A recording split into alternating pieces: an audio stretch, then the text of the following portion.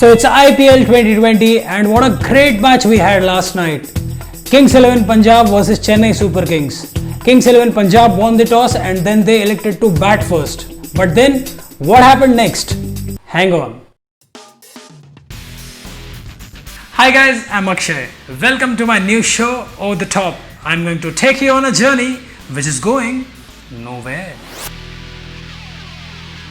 So Kings 11 Punjab had a very decent start. You know, both the openers, KL Rahul and Mayank Agarwal, were batting really nicely. They were middling the ball, especially KL Rahul. It was absolute class. You know, the way he was playing those drives, he was cutting the balls for square cut. Cutting edge technology, bro.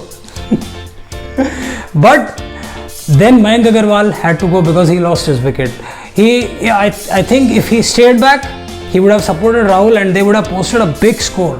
But then Mandeep Singh came in. He is a very hard hitter of the ball and then he did that when he came in. He was blazing some shots onto the leg side, he was sweeping, driving the ball, but he got out. He was caught at the extra cover by Raidu. It was a full-blooded shot, but then Raidu is a good fielder. He caught it and then he had to leave. And then Nicholas Pooran, one of the most talked about personalities in cricket now because of his big hitting skills. He came in, although he wasn't in his best of the form when the tournament started, but the way he batted yesterday, my goodness, he was tonking bowlers like anything. You know, the ball was going on to the first chair. It's a big ground, Dubai International Cricket Stadium. It's a big ground. And then the way he was covering it, the way he was hitting, absolute pleasure.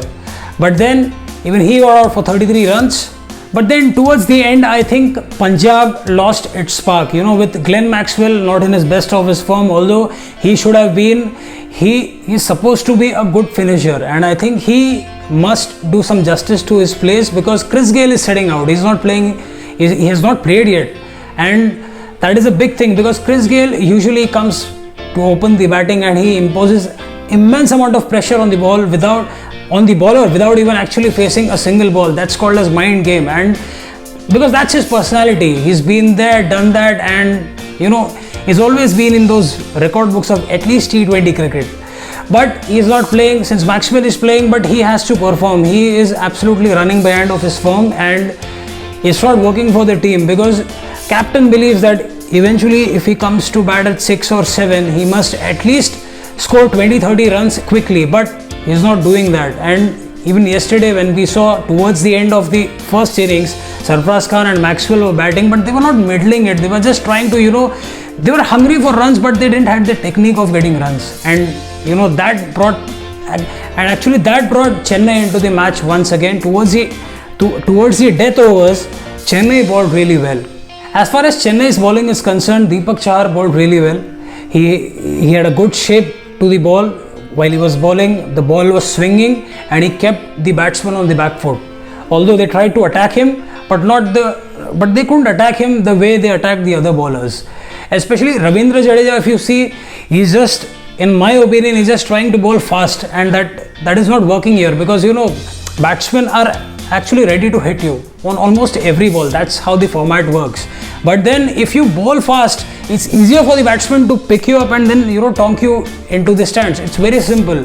But then I think Piyush Chawla bowled really well, although he gave away around 22 runs or something in 2 overs. But then he bowled well. He gave the flight. He was bowling slower because, you know, he knew that, you know, they wanted batsmen to come forward or, you know, put that energy in that shot.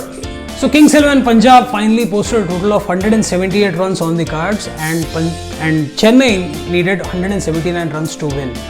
The way Punjab's innings started, it looked as if they were going to cross 200, but then eventually Chennai came back into the match towards the death overs where the batsman usually goes berserk. They tried to keep them on the back foot with their variation in the line and length. So as soon as the Chennai's innings started, Faf du Plessis and Shane Watson came on to bat.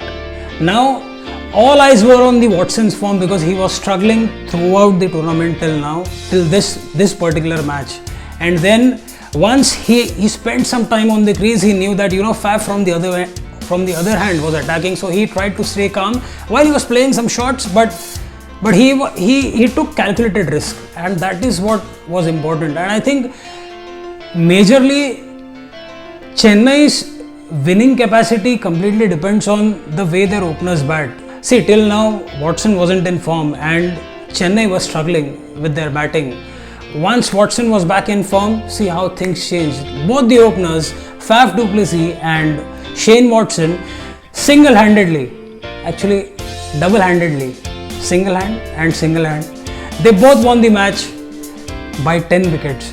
It's a very rare sight in IPL and almost everywhere, because you don't see someone chasing 178 runs in this format without losing even a wicket, because batsman usually takes risk, and during that risk they tend to lose wickets. But it was the other way around. All the bowlers were highly ineffective.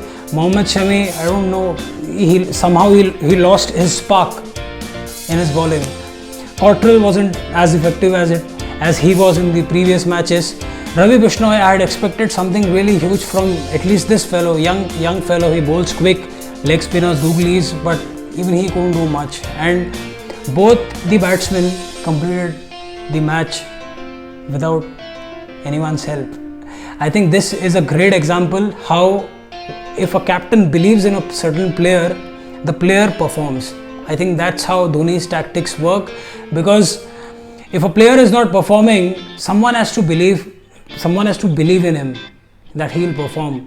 And definitely if the player believes that there's a captain who believes in me, he will definitely perform, and that's what happened. Shane Watson is back in form, and this is a real good news for Chennai.